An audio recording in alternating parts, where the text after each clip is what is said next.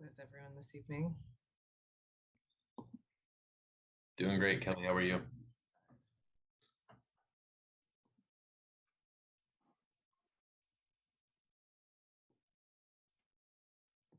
Living the dream?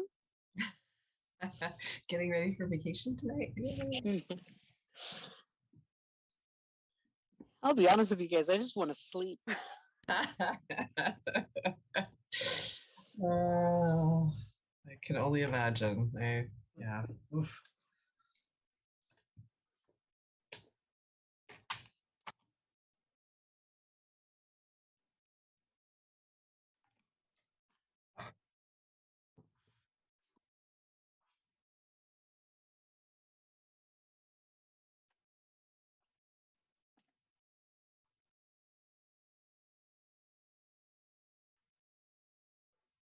Sarah, is your husband okay? He is, thank you. Good.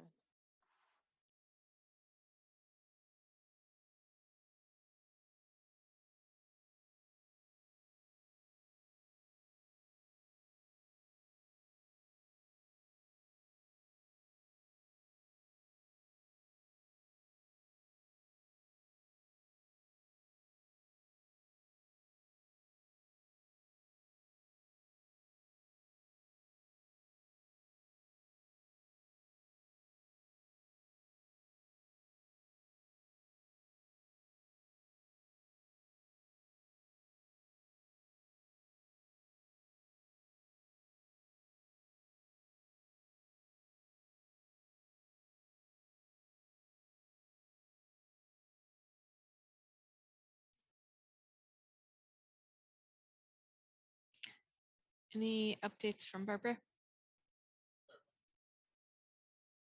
She sent me an email like 20 minutes ago, so I know she's online. So, Yeah, she mentioned earlier that, she'd called me about something else and said, I'll see you at 5. sure she will be here shortly. Speak her name and she appears. Exactly.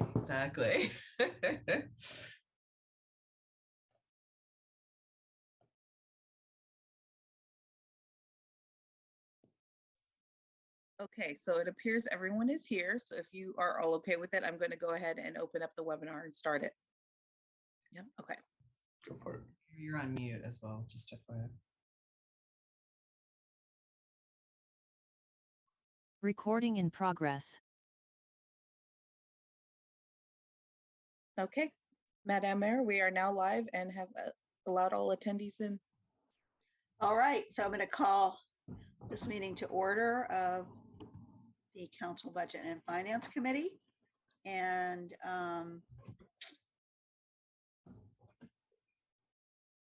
let the record reflect that are all the committee members here. I see Councilmember Landon. Yep. I see Councilman. Yes. Yes, okay. That we're all here, and let's see what the next thing on the agenda is.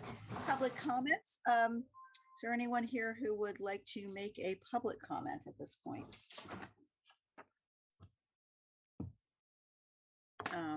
Seeing no one, I will close public comments and we will move on to approval of the minutes from our meeting of May 18th.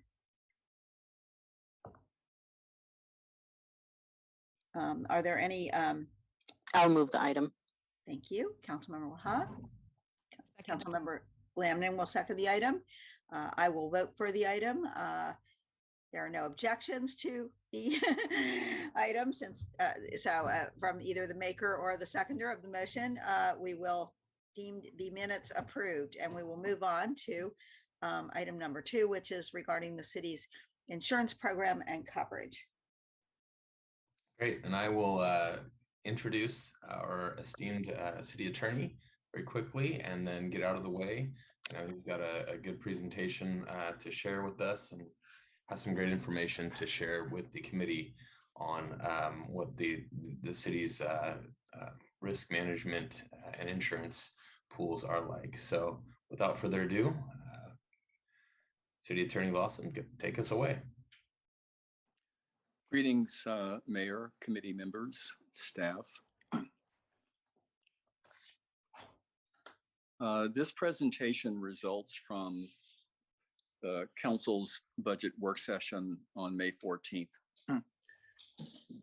City attorney's budget includes insurance coverage premiums for approximately 45 different programs. But those programs basically involve 4 or 5 major components: property and inventory coverage, general liability coverage, which includes police practices, employment practices coverage, cyber risk, and crime.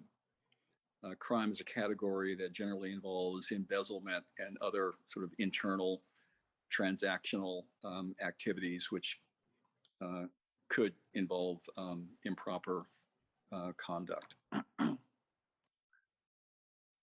Despite the complexity of the issue, I'm only going to ask for direction from the committee around the issue of earthquake coverage. The city does not have earthquake coverage. In fact, most public agencies do not have earthquake coverage for 2 reasons. One, the self-insured deductibles are extremely high and coverage benefits are limited.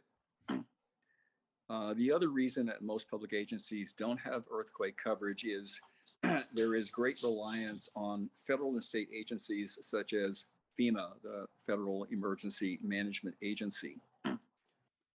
If the city gets involved in an emergency pursuant to a presidential order or perhaps a statewide order in conjunction with a federal order, the city activates its emergency operations center and then starts tracking all of the various costs associated with the activities associated with dealing with the emergency. Much of the funds that are spent are reimbursable by FEMA, but there are limits, and it also can take a lengthy period of time before those funds are reimbursed. And because earthquake coverage in California is expensive, and because there are so many faults in California, most agencies don't carry it, and I'm not recommending it. However, there is a new program that I'll discuss towards the end of the presentation that I think merits our taking a look at in fiscal 23. Not immediately, but I think we should take a close look at selective coverage for critical infrastructure. And when I refer to critical infrastructure, I'm talking about infrastructure owned by the city, such as bridges, ramps, other infrastructure, perhaps involving the delivery of water or sewer, that in an emergency and if disabled could cause major disruption of operations and perhaps life. I am joined by Legal Secretary Katie Rivera, who is going to start the PowerPoint presentation. Katie, are you ready? Yes, I am. Hello, everybody. Great. So we sent out a memo that sort of summarizes what we want to present. But as the council knows, that over the last 5 or 6 years or 7 years,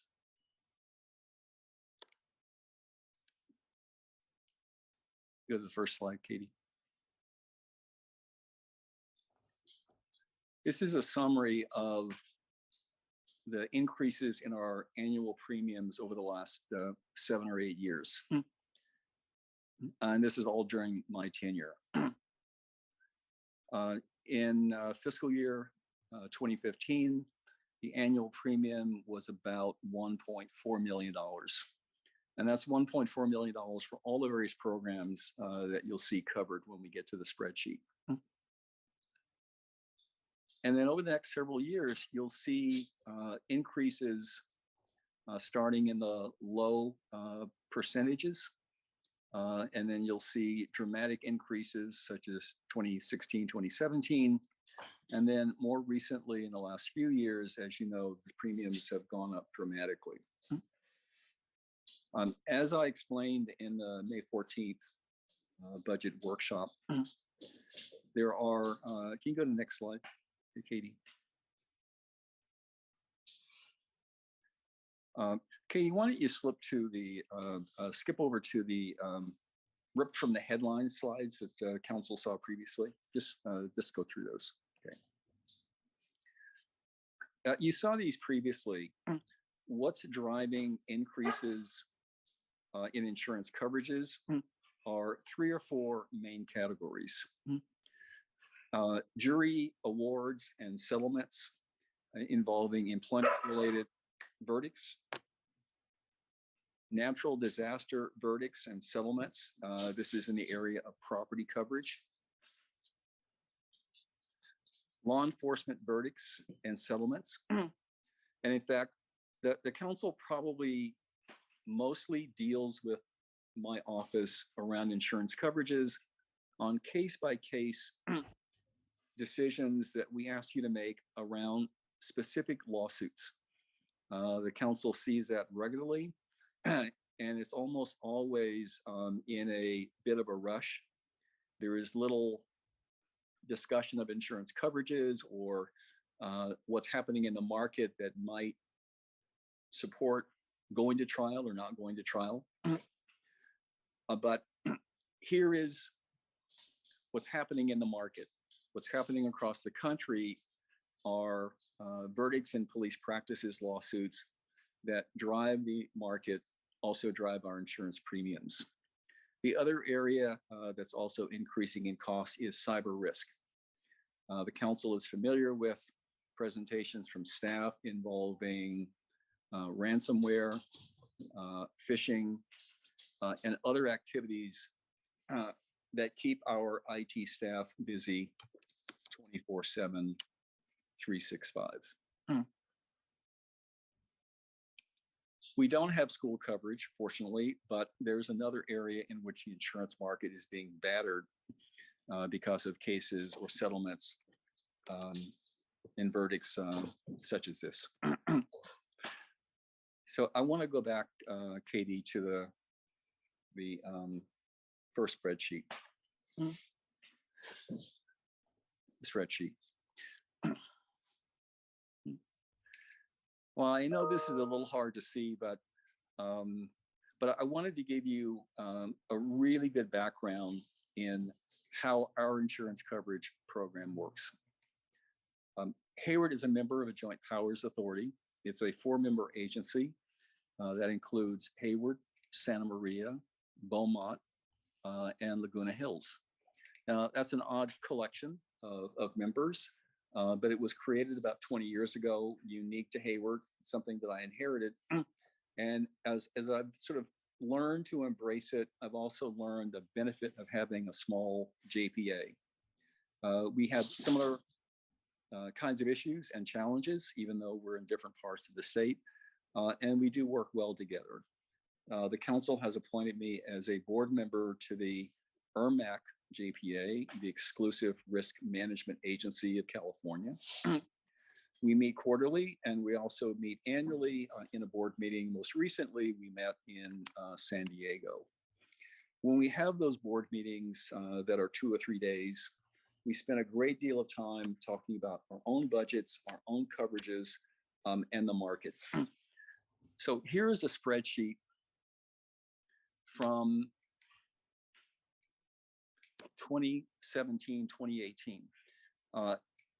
I've highlighted the line item for Hayward, second line down. These are the components that go into our insurance premium computation. So if you look at the first line, the first column to the left, it says self-insured retention. This is our self-insured deductible. In that budget year, our self-insured deductible was $250,000. As you know, it's since increased to $500,000. The next line is our payroll. This is the city's payroll in that year. Next line. The members then do a pro rata share. Hayward is the largest city. And so consequently, our pro rata share in that year was just about 66%. In that fiscal year, we had over 800 employees. Again, we do a calculation based upon the number of employees. Here's a significant number. Our total insured property values in that year was a little over 400 million. This value includes all of our property, all of our physical assets, all of our capital assets, our land developed and undeveloped, all of our fleet vehicles, our police vehicles, our fire vehicles, our public works vehicles, our specialty equipment associated with the water pollution control facility. That value, based upon routine and periodic audits and independent evaluations, was $400 million.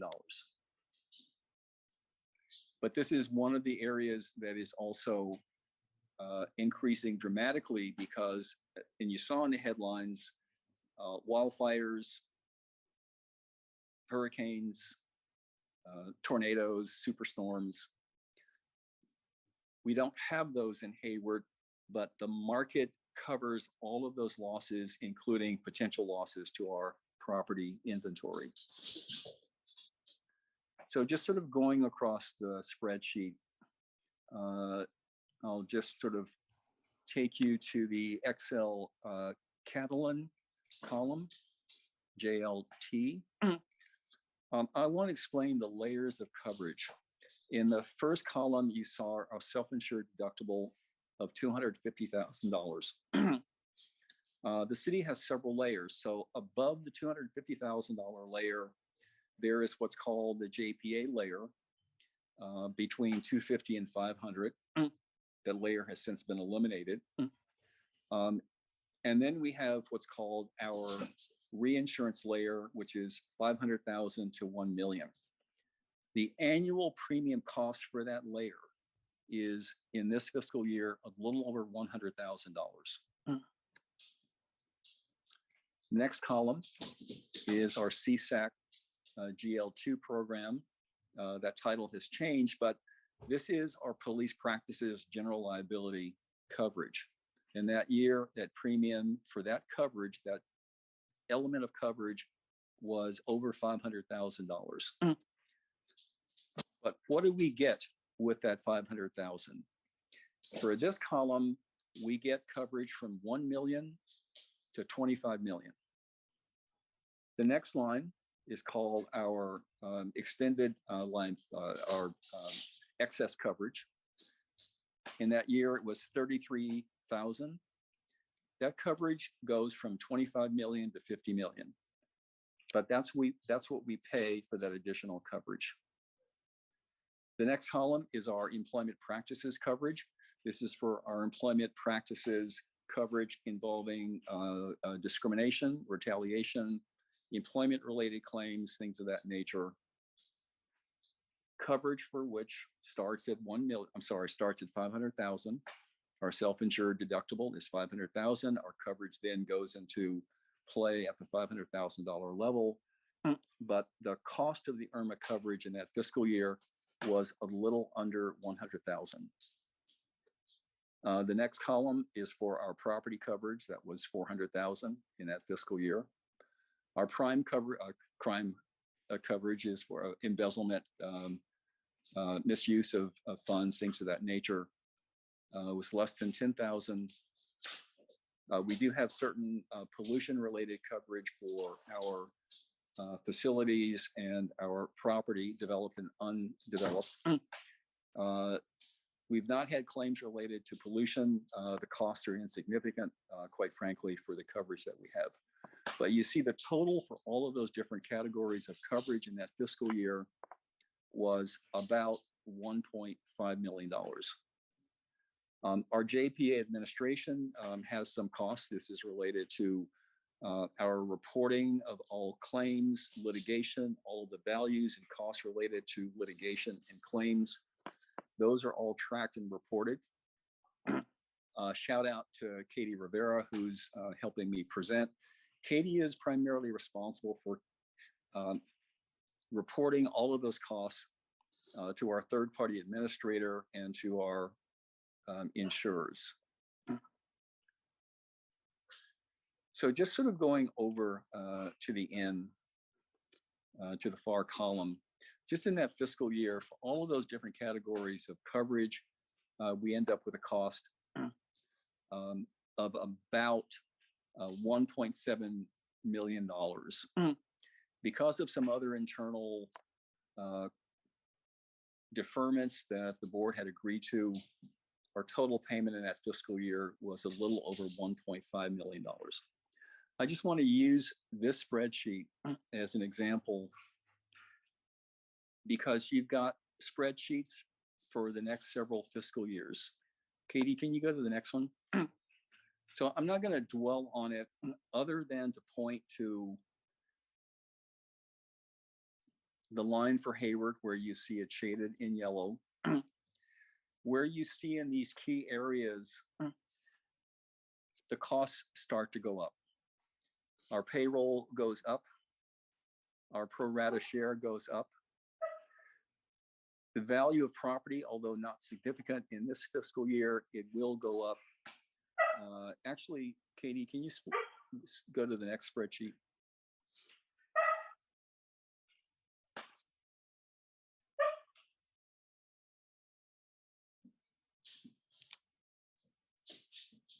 This is for fiscal year 20.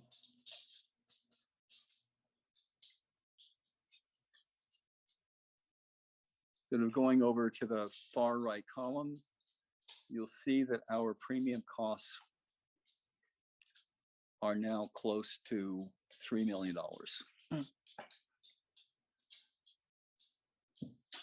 Those increases are primarily driven by our property coverage. If you look in the middle of this spreadsheet, you'll see that our, let's look at the GL2 Prism, which used to be CSAC. It's now over 1 million. It's 1.1 million. Can you point right into the middle, Katie? Our Prism GL2 column. Right there. Next to that is our excess layer, which was 34,000 in a previous year. It's now over 100,000. Our our employment practices column, that's next, also increases. These are all reflective of the market being driven by the verdicts and the settlements that we show you in the headlines. But the impact on Hayward is increasing premiums as reflected in that number, $2.9 million. That's almost double the premium from prior years. So let's just skip to the proposed fiscal year 23 premium. We just had a conversation with the board on Monday, as a matter of fact, the ERMAC board, or JPA board.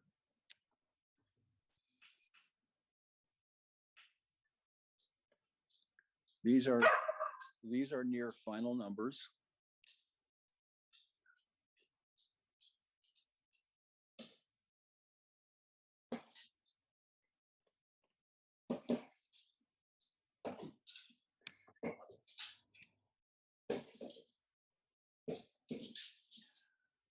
I wanted to point to our current property inventory values. That's column F, Katie. It's $575 million.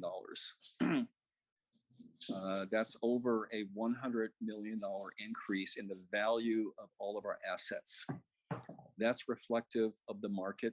It's reflective of valuations that have been independently determined by our board, and we do use independent property appraisers. Most notably, these increases come in our vehicle fleet, our police vehicles, fire vehicles, public works vehicles, maintenance department vehicles. But we experience losses, particularly among our police vehicles. These vehicles also have to be replaced, and when they are replaced, they have to be outfitted and customized, and the insurance coverage has been sort of modified so that the coverage is for replacement costs, not just new vehicle costs, but replacement costs. Katie, can you go over to the Prism? That's column J. These are our police practices, coverage costs. And we've also had an increased number of personal injury costs associated with trips and falls. The council is aware that we've had a number of claims and lawsuits related to utility cover accidents. When the city went through a conversion of utility covers, replaced those covers, probably about 15,000 of those covers were replaced. And then they had to be replaced a second time. Some of those covers were defective, resulting in trips and falls and significant personal injuries. But just going over all the way to the far right column, our insurance subtotal for proposed fiscal year is almost 4 million. And when we add in some of the administrative costs, we're nearly at 4.5 million. It's discouraging to see these costs triple in 5 or 6 years, but that is the market.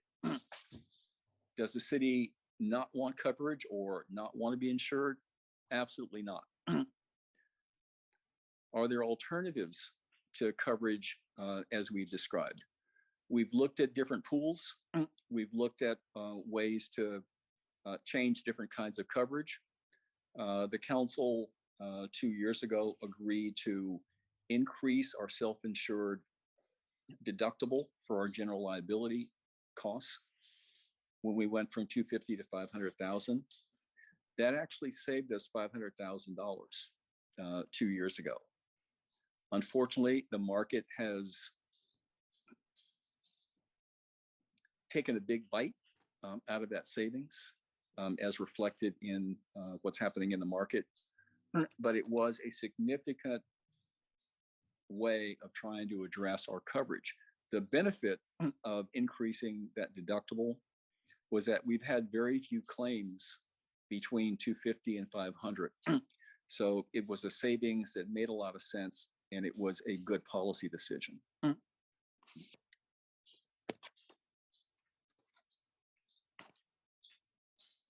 Katie, can you switch over to the Alliant? This screenshot is just our proposed fiscal 23 budget for just our JPA. We've covered to some extent what the coverage costs are, but this is just the budget for the JPA for fiscal 23, including our administrative costs.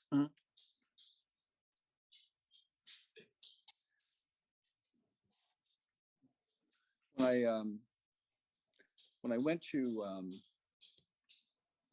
Katie, can you switch to the other PowerPoint for the Alliant program that shows the market? I'll get back to the shake and pay.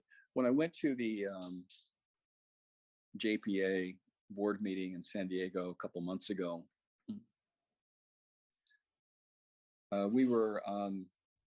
we spent several hours just sort of talking about what's happening in the market, and particularly what's happening around public entity insurance coverage and evolving risks. This PowerPoint presentation is actually 169 slides. We're not going to do that. we're just going to slip through a few of the slides just to show you in shorthand what we've been telling you about the market.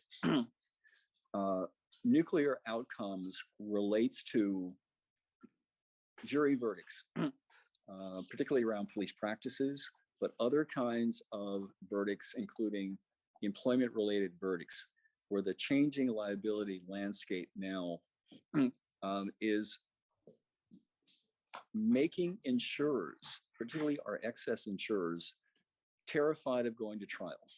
We've talked about that in some of our closed sessions. I won't go into those confidential communications, but here is the market. Nuclear outcomes and how the public views activities around policing, discrimination in employment, things of that nature. Next slide. I won't spend a lot of time on the slides, but this is the presentation that we went through. We talked about what's happening with the pandemic. We talked about the impact of coverage around the pandemic, working from home, some of the benefits and challenges of that. Next slide. Lots of benefits around remote work, but we talked about this particularly around aspects of insurance coverages.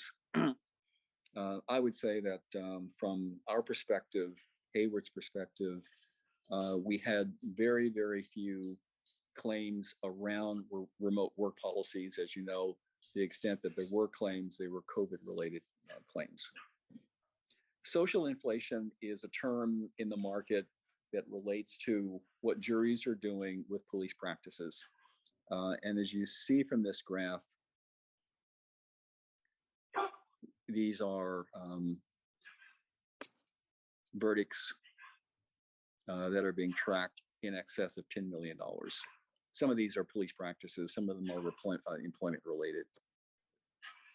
But again, it's, we talked about homelessness and how homelessness impacts insurance coverages. Next slide. This doesn't even cover the mass shootings in 2022. It does, however, include the shooting in California at the light rail yard just about a year ago. But this slide is just out of date, and that's just a scary proposition. Next slide. Cyber risk is, while that's not the most expensive component of our coverage, it is in fact the most dynamic area of insurance coverage because of sophisticated ransomware, cyber phishing, things of that nature. My department and IT have become very close partners in managing risks, making sure that our coverage, to the extent that it is available when necessary. And we do have regular cyber coverage. We also have excess cyber coverage. You hear from Adam and his team regularly about multi-factor authentication. We all have to do those exercises that are being presented to us, and all employees. We have to keep up to date, recognize suspicious links. The level of Michael, do you have a lot more here? Because I think we probably want to have some discussion of this, but you know, Sure. Let's conclude this and let's go to the shake and pay. That's the, I won't spend a lot of time on this, but in our JPA, one of our members, Laguna Hills, has earthquake coverage because in that community, they own like 16 bridges. It's a planned community. And within the city limits, they have 16 bridges that cover streams and parks and other things, which if damaged would be critical in a disaster for them. Hayward's critical infrastructure is really around Caltrans 880, 238, perhaps BART, maybe the railroad.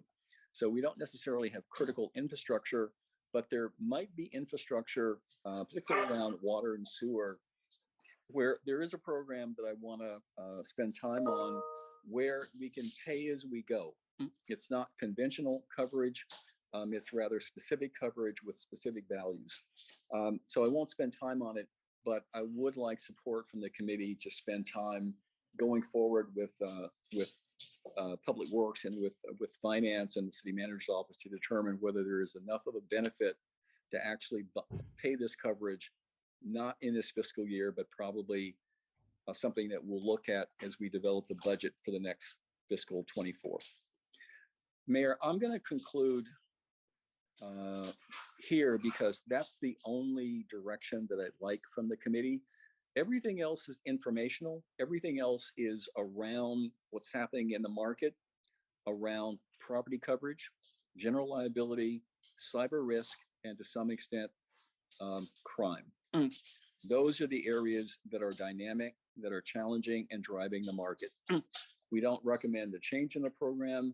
We just have to recognize that the cost of staying in business and staying insured is critical to our ability to provide services to the public. That concludes the presentation. Okay.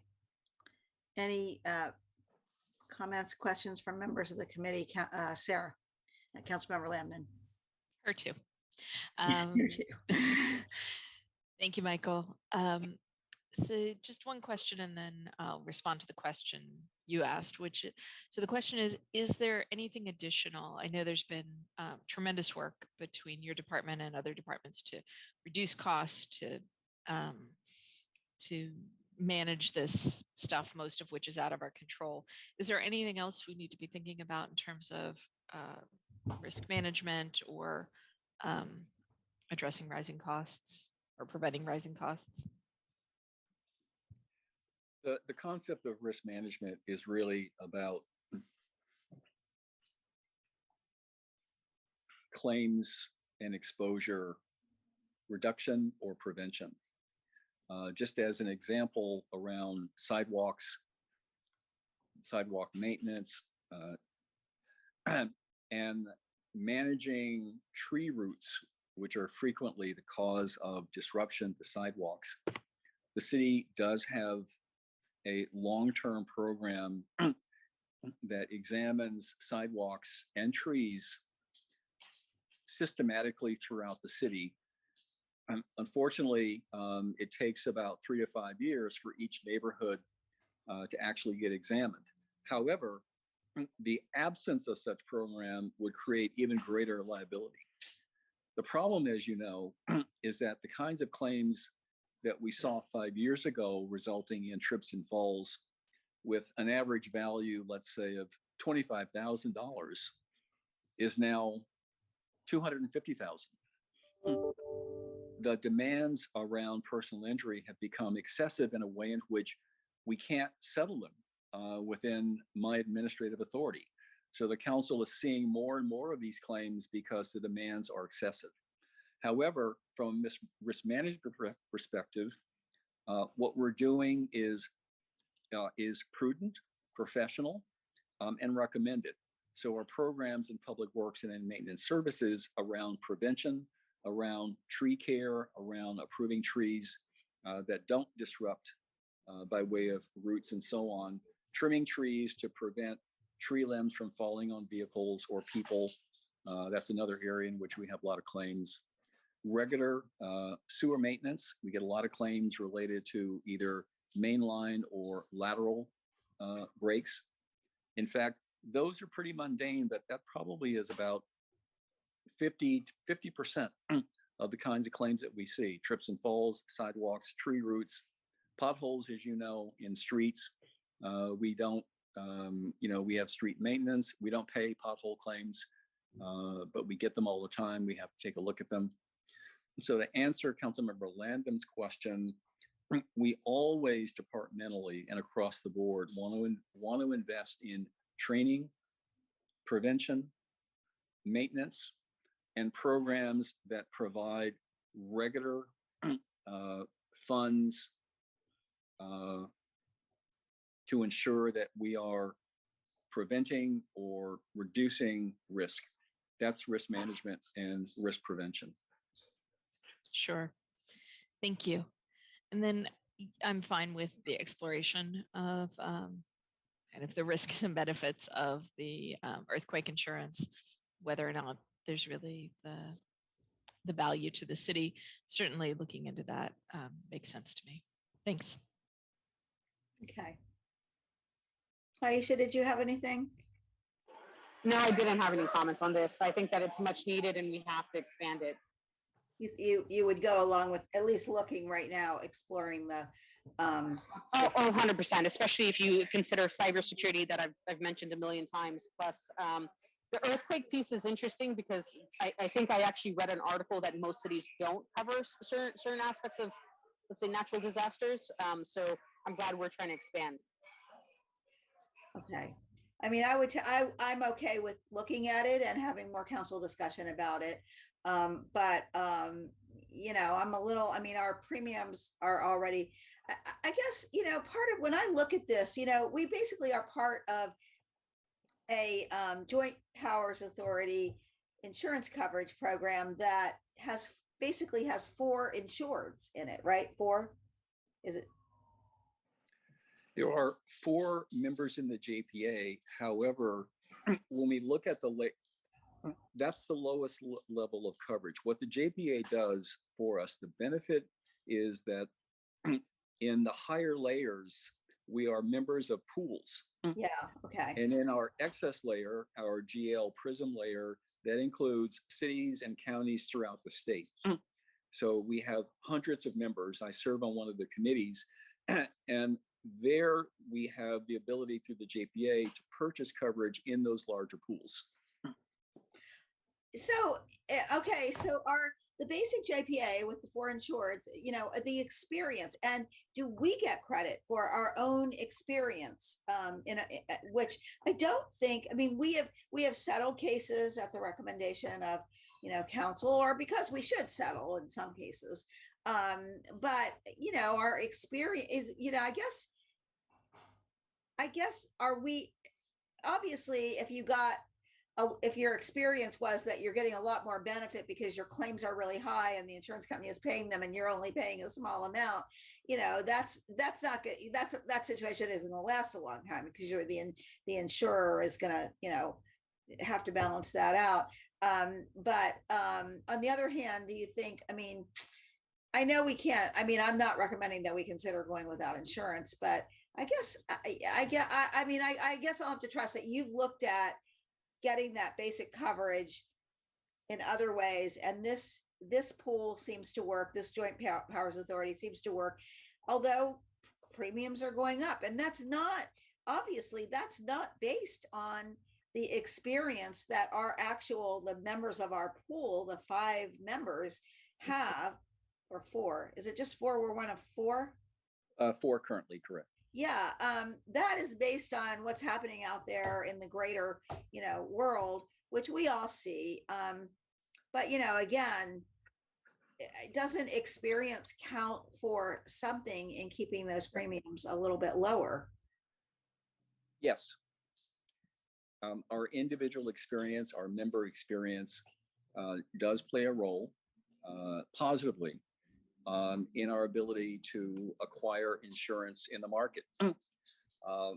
But just in the last week, just as an example, our pool's ability to buy cyber risk insurance has become even more limited. There are fewer and fewer carriers willing to underwrite that risk. So even though we, Hayward, and our member agencies, our other 3 members, have had no cyber risk claims or exposure, our ability to buy as a member of a larger pool in that market is challenging because of the losses incurred by, well, I'll just point to Union City as an example, not a member of our pool, but where they've had ransomware or cyber risk or other claims that does affect our ability, our pool's ability to get coverage. So, okay, I don't know where I was going with that. What we hear, for what it's worth, is that um, over the next several years, the market is likely to flatten out, that there will be fewer or less dramatic increases across the board or in these particular areas. I will just have to keep my fingers crossed if that is in fact the case. But Well, we do need coverage, and I don't recommend trying to switch to another pool. all right, and I'll, you know, I'll accept your judgment on that. I just, on the insurance coverage, if it needs to come back to council, if we're gonna do it, and it needs to really be justified, because, I mean, I realize we all know that we have some risk there. But what is it exactly? And, you know, is it, and would, I don't know, would it be worth it? An earthquake is a natural, as an, you know, an act of nature. It is not due to our fault. I think we've taken measures to protect against earthquake. You know, what is our real risk here? Oh, if, you know, as far as property damage, and, you know, certainly the, you know, risk to human life and limb too, in terms of something hitting of, you know, have we really gotten a realistic scenario of what that could mean? And I know I've seen those presentations that come every October, it looks like, from, I don't know, some organization that does that. But anyway, I would want to see some, I'd really want to consider that before. I mean, I'm certainly willing to go ahead and look at it on the bigger picture.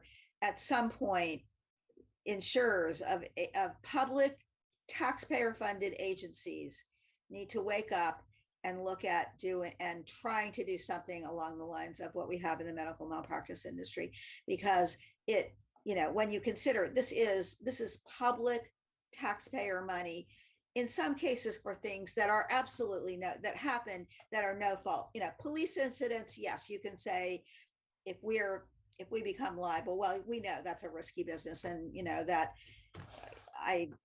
well, you know, there's, but still, that is someone has to act to trigger a charge of, you know, improper conduct leading to death of someone in a police incident. But some of these things are not. Cybersecurity is a crime against us. It's not something we do. I mean, we can protect against it.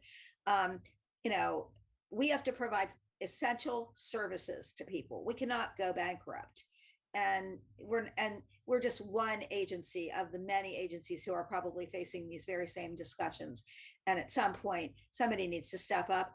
You know, I would speak to anybody who might end up in the legislature next year to maybe look at this issue and consider if there are protections. I know it's I know it's a bloody battle, and that the plaintiffs bar fought for decades, you know, like how 1975. So that's for almost, you know, almost 50 years now. And finally, there is a change, and it's probably an appropriate change, that there's going to be an increase in the maximum amount allowed to be awarded for pain and suffering. But there is still going to be a limit. And that really helps carriers to quantify and, you know, their losses, their potential losses, and set rates according to that. And so anyway, I'll get off the soapbox now, but it can't go on like this. I'm glad to hear you think there is going to be a flattening, but it just cannot continue to go on like this. And somebody needs to wake up. I hope, you know, I mean, ours is probably a small player in the overall industry with four insureds, but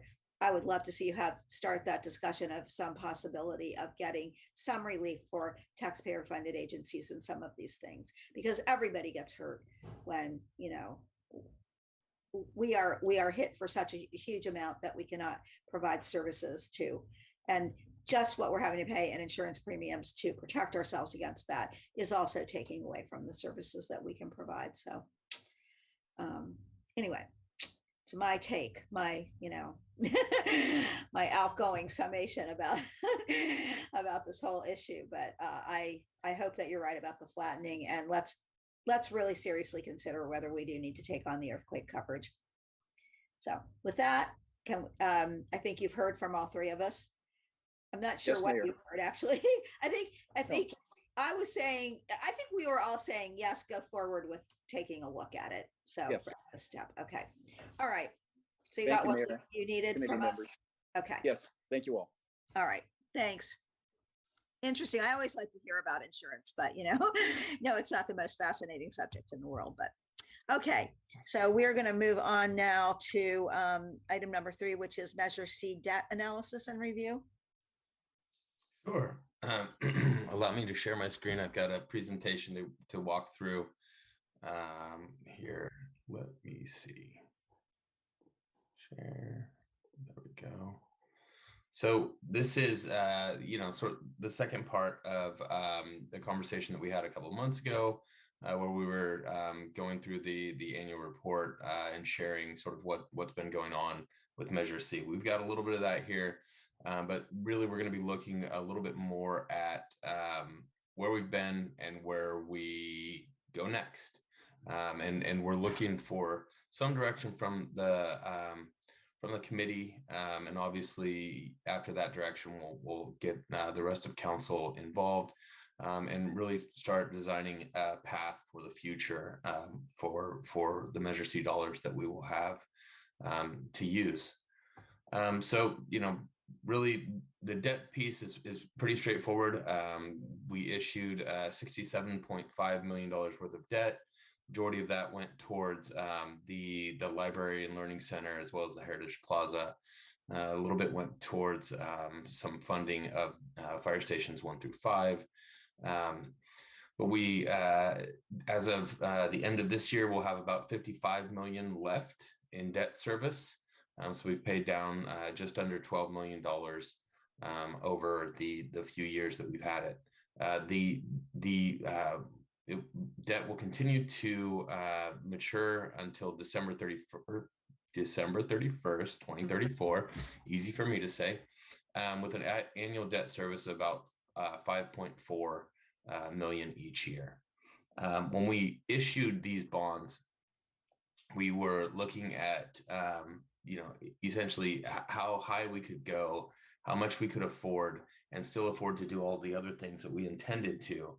And we were looking at revenues when the ballot was on, when the measure was on the ballot, of $10 million annually.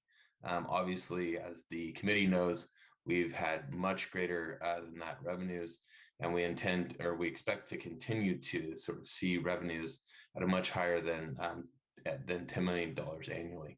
I don't know that we'll see the continued growth as we've seen it over recent history, but I would certainly hope so.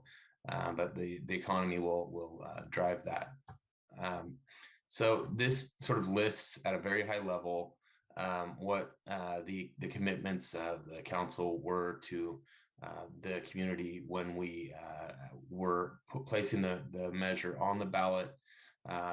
We were looking to rehab high priority facilities, looking at bolstering police services, as well as street maintenance services, control litter and illegal dumping, and do some graffiti abatement around the city. With the caveat that the library and learning center was sort of front and center in those high priority facilities. It obviously, when we issued these bonds, that was the big ticket item, and was what the city was able to use as collateral for to secure those bonds. That, along with the future revenues of Measure C. So that was a big piece. The Heritage Plaza, as I mentioned, also a large piece. And continuing to rehab and retrofit all the fire stations around the city. We will see the Fire Station 6 project and Regional Training Center wrap up this next fiscal year.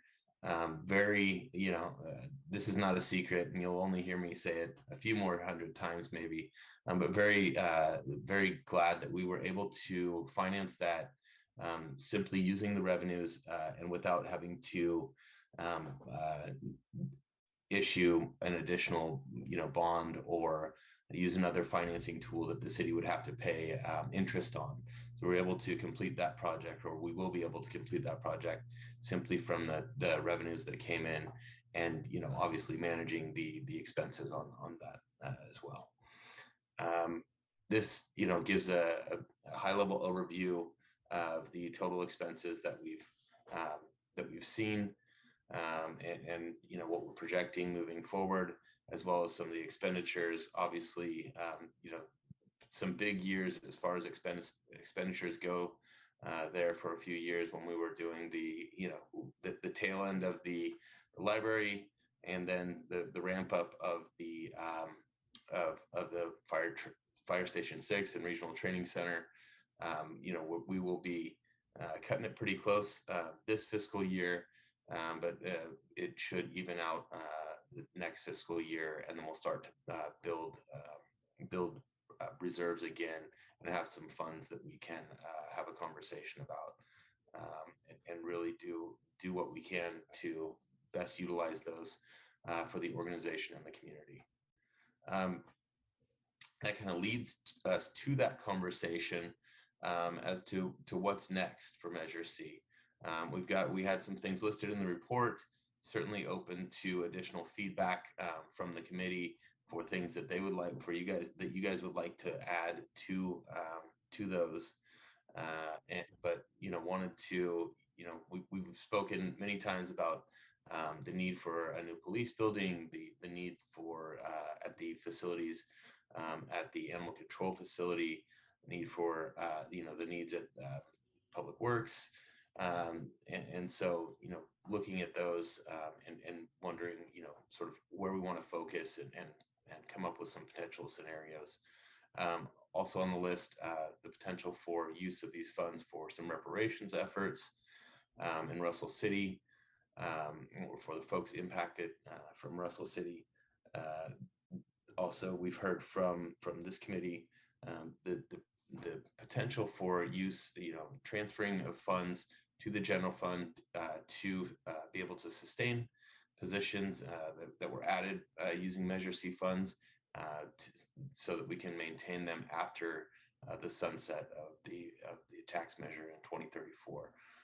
Clearly, I think we will have further conversation on that sunset, and the potential of looking to extend that sunset and hopefully continue some of the great things that have gone on in the community using these funds.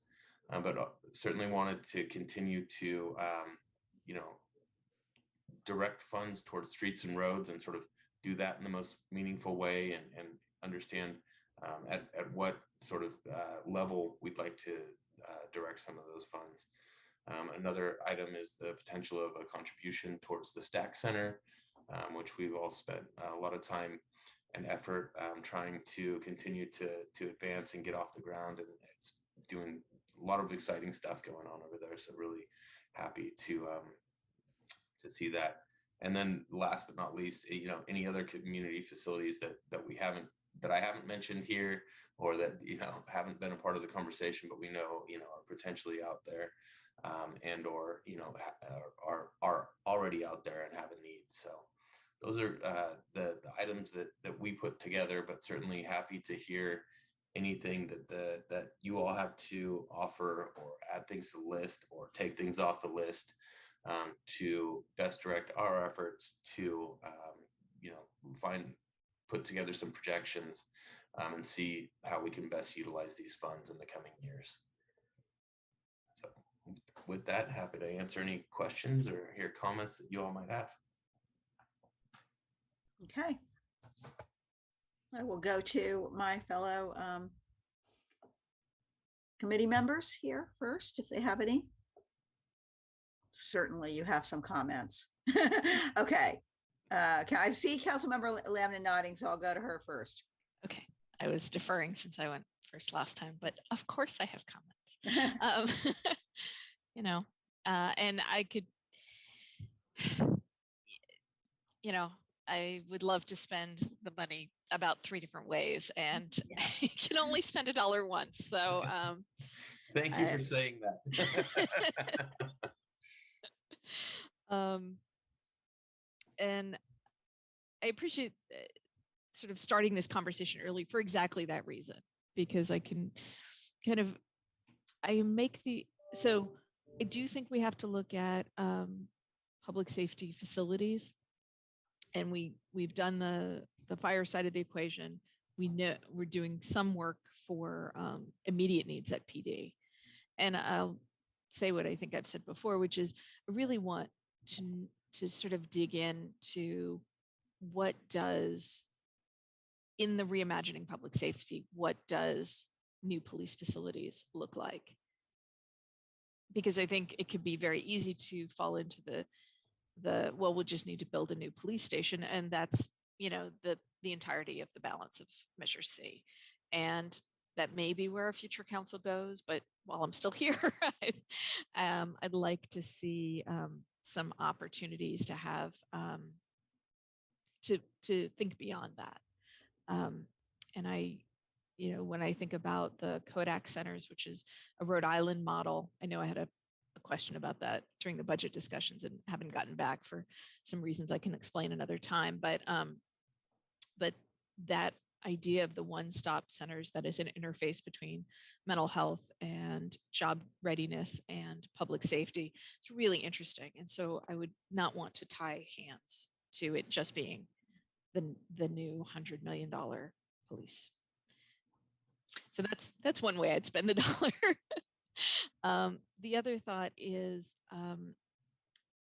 homelessness, unsurprisingly, but because when I say that, the thing I'm thinking about is actually our satisfaction survey.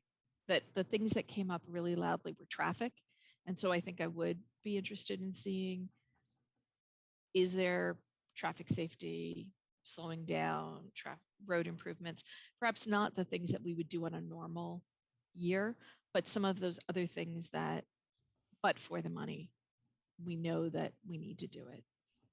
And so the two things we heard, if I'm remembering correctly, really loudly in the satisfaction survey were traffic, roads, speeding stuff, and homelessness. And so the idea of having, and for me, that would be job placement, partly driven by the fact that one of our key pieces of the homelessness equation, the jobs piece, isn't particularly fundable through CDBG. That seems to go back and forth. And I think it's an important part of the component. I also think about, I think about Downtown Streets team in that, but I also think about Davita Scott's program and the internship program and the ability, I mean, that is a homelessness prevention program on top of being many other great things. And so actually having a dedicated source of funding for programs like that, that allow our residents to move out of crisis and into self-sustainability, I really think could be a great use of this funds and contributes to those community priorities that were really clearly outlined in Measure C. And the, I just yeah, your comment about the police facilities. yeah. We are, and Dustin is co-leading this project with the police chief, just kind of going back and revisiting what the actual needs are. There are some personnel changes and some service changes that are in the works, and I think may dramatically change kind of what the facility might need to be going forward. So we are sort of in the throes of those discussions, and I'm hopeful that then that will result in a conversation with the council where there's still, if we do end up using Measure C dollars, there's still quite a bit left, hopefully. I'm keeping fingers crossed. I really appreciate that. Thank you. And the third way I'd spend the dollar is the unfunded liability thing. I don't think it's consistent necessarily to just throw all of it at the unfunded, although that does really magical, wonderful things for the city. So I'm not entirely opposed to that, but I also think that may get more community pushback than is productive. And so doing some of it to, because we know how much that frees up long-term. If we do that, I do think it's worth digging in of, what would it look like if we paid off everything? What would it look like if we paid off some of the big chunks, especially along the lines of maintenance services, library services, public safety. I mean, those are the items in the thing. So that may be the natural nexus for that. Anyway, those are my initial thoughts. Thanks. Okay, thank you. Aisha? I think she was trying to. No, sorry. I wanted to say that, I heard the conversation. I still think with the economic downturn, I want to be more cautious, right, of what we end up spending it on. I think that we obviously need to finish our facilities and kind of some of those things, but then this ends, in a couple years, right? So I'm worried about it because we would have to go back to the public for additional funds sometime probably a little bit before this actually fully ends. Is there a timeline for that even? As far as extending the sunset? Either extending the sunset or potentially even having to go back to the voters and say, we need more help. Yeah, I mean, Well, it would be the same thing. I mean, unless you want to go back and say, we want to increase it more, but. Or to other efforts, right? Because, roughly 2 years ago, I brought up all the ballot measures and they pretty much were the same language. So if we were to try to focus on something more specific or any of the other, social services projects, right? So for example, out of the 5 ballot measures, one of them said after school programs, right? So I just kind of want to know, what are we thinking about as the economy, inflation and things are not looking as great as they should?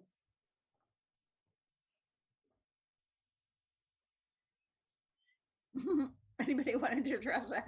Shall I call Paul Volcker or something? I mean, I think it's a big question. I think that's Yeah. one of the things we have to be careful about as we go forward, because we don't want to over expend these. And I think that's where we've always maintained, like even in that original 10 million, we always kept $1 million of contingency just for that economic flux. And I think we would do a very similar thing as we're projecting going forward and working closely. We actually have a sales tax consultant that works closely with staff. That team looks at specific market industries, gives us business specific data on sales tax generation. They actually go and talk to the businesses and say, what happened this quarter? Why were you down so much? So it's actually, we have a lot of technical support on the sales tax projection side. So I feel pretty confident in Dustin and his team's ability to kind of help us understand how much is available and then to make sure that we're paying attention to those signals. Okay, and I want to be very clear. I do want to exercise caution.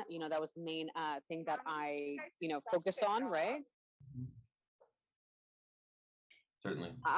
However, at the same time, I also just want to make sure that as we are moving forward, we're going to have. I think it's going to go down regardless, and sales tax alone is not going to help us, right?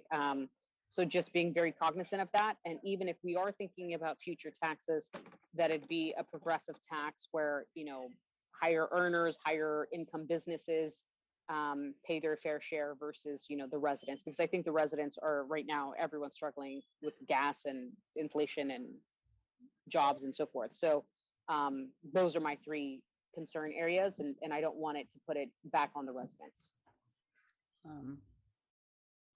Okay. Okay, is that? Yeah, very optimistic. So Director Clausen, I appreciate all the work you do. I appreciate the projections. I like where we're going. It just, some things we can't control, and it's the economy that we can't fully control, right? So I definitely appreciate that. Yeah. I will say though, this city has come through the various downturns that we've had I've been involved in city, certainly since 2004, and even prior, probably not too much prior to that. Planning Commission doesn't get that involved in the budget, but we weathered the recession pretty well, I think, because and we weathered this last few years pretty well. We have a very, very diverse economy, and that's very helpful. This tax, though, in particular, is a sales tax. I think it is generally easier to get extensions rather than totally new taxes based on totally different things. I mean, we will have to go to the voters again at some point if we want to continue this tax after, what is it, 2034 or 2035? But and I think we should start planning for that now and say agreed. when, yeah. And so the thing is, what do we want to do with that tax? And I think we want to do a lot of the keep a lot of the same things that we've got in this one, although we've accomplished the library. So the next thing, look at our capital needs and look at how we can fund them. And the things that I wrote down after reading the staff report, all I wrote down in my, is my priorities based on the list you gave us would be continue the positions, because I don't think we want to lose staff, and those have been very valuable positions that have been helpful. We need to plan for whatever we're going to do with the police. And I think Council Member Lamnin has some good ideas about that.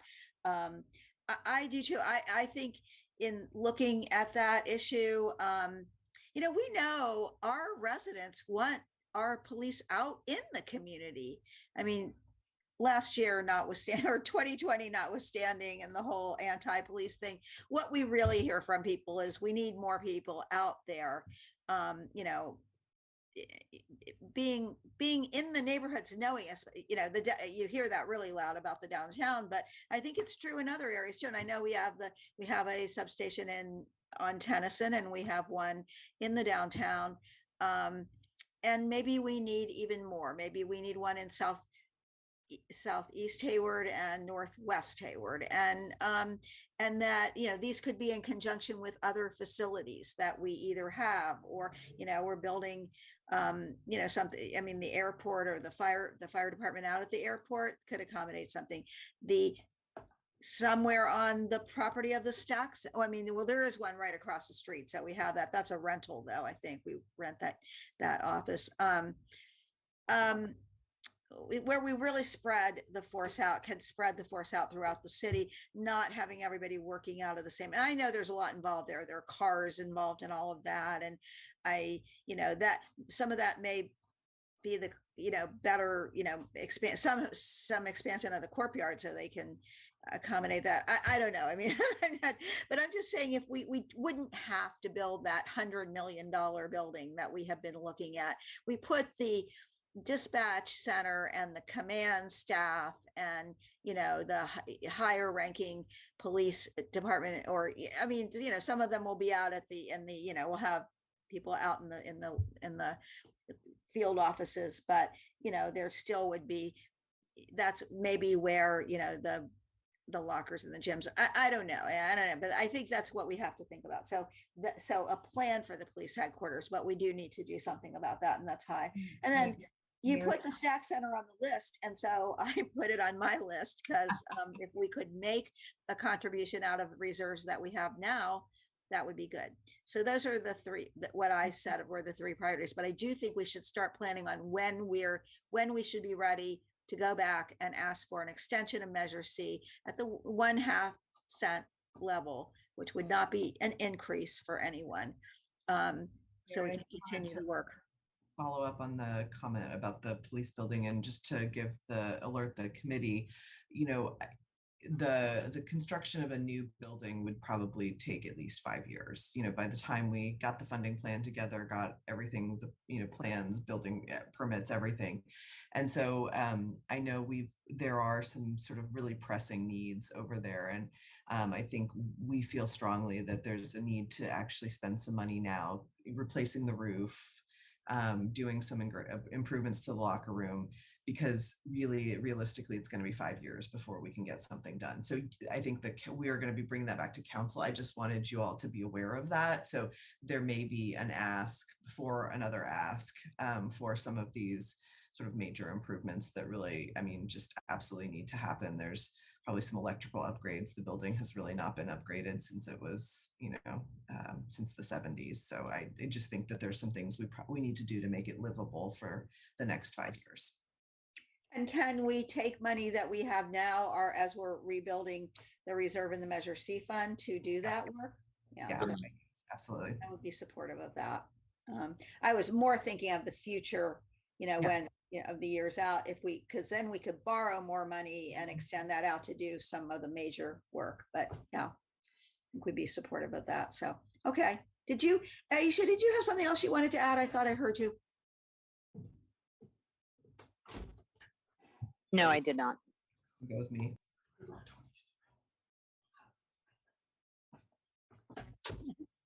You said no, I'm sorry. Okay, so we will move on to the next item, which is the budget debrief. You don't have a report on, but I don't have a PowerPoint or anything like that. And we don't have to spend much time here. I should say we can spend as much time or as little time as you all would like to spend talking about it. But as you know, we love to get feedback from the committee on what went well, what didn't, and ways that we can improve next year's process. And we take it to heart and try to make sure that if there are things that you all didn't like during this process, that we do better and make some changes next time to make it less painful, easier, more user-friendly, etc.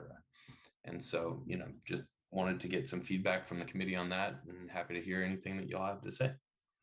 Yeah, I actually liked it, primarily just because it was in my term, it's been the first time that before mid-June we're done with it, right? So we keep pressuring you to get done with it sooner so we can kind of see it sooner, right? So I think you did a fabulous job. Your team did a fabulous job. It was very clear, positive. Obviously, we have our other projects semi kind of planned out as well. I have nothing but kudos to you guys.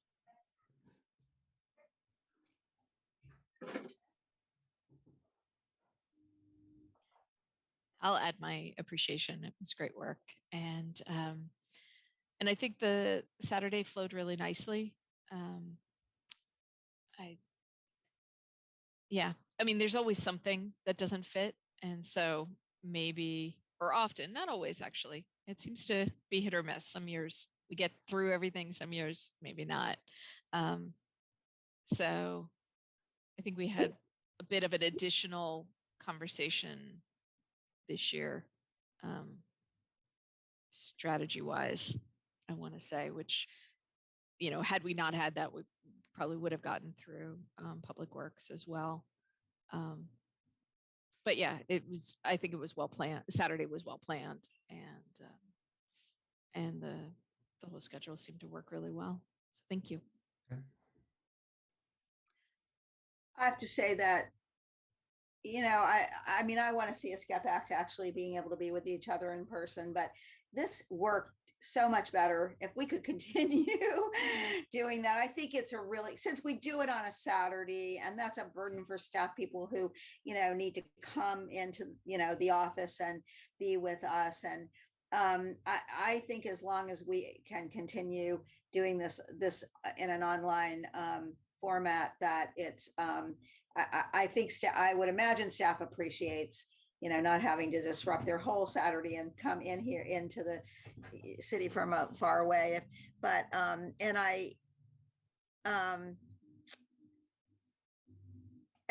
was really, we did get through everything, but Public Works, which fit in very well with doing the CIP anyway, which we were going to have on the next work session. So it was very efficient this year. And the one thing I have no trouble with the online, operating budget, but I think I must have missed the tutorial last year about the CIP, and I think there are elements of the CIP that I wasn't really able to quite negotiate, and I would, I think maybe because of the online format, I think that the operating budget is pretty straightforward and kind of page by page and, chapters, but with those, there were some extra features in the CIP that it would be good to have something about, make sure that people know where they can find a guide to how to use that online format, but I think more and more you'll see people wanting to do that, wanting to use it. And, just that would be my suggestion for making it easier, although maybe there was just something I missed about that. And I mean, otherwise, I think we were, the schedule was good. It gets us done by mid-June when, even if we wanted to make changes and not pass the record. And, just once again, a great job by your team. And it was actually, I think, pretty good news this year. I wonder what it's going to look like next year. I won't have to worry about that myself, but I will worry about it. I worry with the rest of you, but I don't know what kind of times we're going into here, but I do know that we came through, and that the 2008-2009 recession was not pleasant or easy to get through, but we made it and we came out of it. And I think we're in a position to weather whatever it is coming our way the next couple of years, but we'll see. So with that, if no one else has any other comments on that, we can go on to the 2023 agenda. I mean, well, actually, let me just ask from staff standpoint, how did it go? How was that? Any comments from the staff side, Kelly or Dustin? I mean, it was another year of a successful process. Certainly getting feedback from council was fantastic. Having, getting a chance on that Saturday to have discussions about things we don't typically, sort of get the opportunity to discuss, I think is great for both council, staff, and the community to sort of get under the hood a little bit more, and maybe see things that they don't see in the more routine, actions that we're taking, and it continues to, in my mind, I think the process and understandability of the document continue to improve each year, and very grateful for the team that I've got working on it, because they do a great job, and without them, none of it would be possible. So, and I would just echo and just huge kudos to the team in finance who puts this all together every year. I mean, just that's what makes it so seamless. I mean, none of us have to stress because it's being done really professionally and really well. And so I would also, just one other piece of feedback that I thought is a good thing to next year be intentional and just not schedule public works on the Saturday budget work session and just have them do their budget as part of the CIP work session and just make going in. change the process, because I felt so bad having Alex sit there all day and knowing that we probably wouldn't get to that. So anyway, I think it actually worked better anyway. I agree with that. I think we're talking about a lot of the same things anyway when we do that, and they should be done together. So yeah, I would definitely go along with that. Don't even put it there for the. I think we'll change it for next year. Okay. Any other comments on that? Okay, we'll move on to the agenda planning calendar. I'm glad to see the Hayward Community Foundation coming up in September. Thank you for that. Got it. I'm happy to share my screen if I can find it. Yeah, here we go. Just so I can put the items up on the screen. I think that one's it. Let's see. There we go. So I've got I've got what was in the packet, and happy to hear anything you guys like, don't want to see again, want to see more of, any of the above.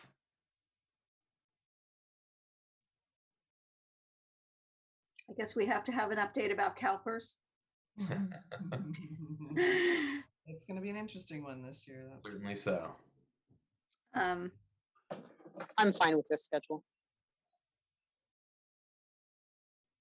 Sarah? Yeah, it looks good. Thank you. Yeah, same here. It's much more filled out than last month when we saw it, and looking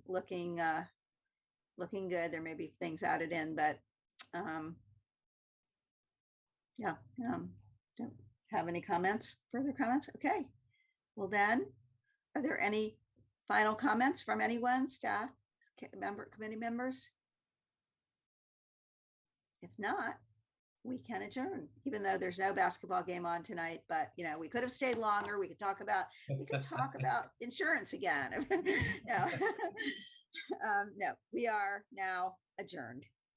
Thank you, everyone. Thank you Thank very you. much. Have a great night, everybody. You too. Too. Bye. Night. Recording stopped.